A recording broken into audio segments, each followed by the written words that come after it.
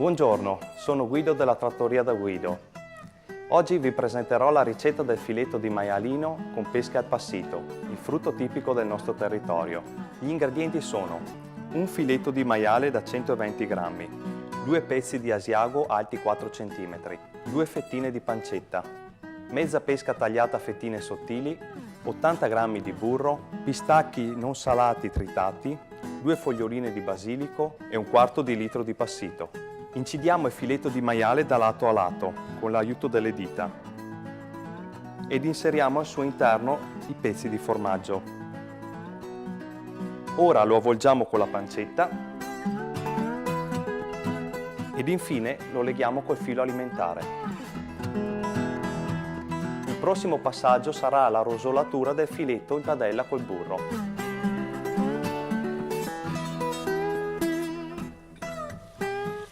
Lo rosoleremo da entrambi i lati. Ed ora poggiamo il filetto su un vassoio con carta da forno e lo cuoceremo in forno a 180 gradi per 12 minuti.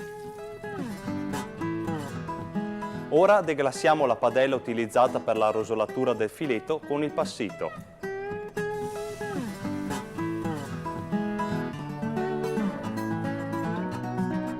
Ed infine mettiamo le pesche in padella ed aggiungiamo un pizzico di sale e di pepe.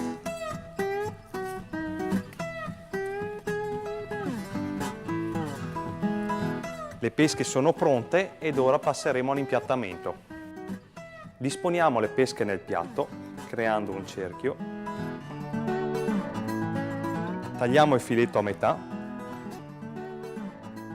Togliamo il filo e lo disponiamo nel piatto. Mettiamo un pizzico di sale, un pizzico di pepe e la salsa formatasi con le pesche e il passito. Concludiamo la ricetta mettendo sopra dei pistacchi tritati non salati.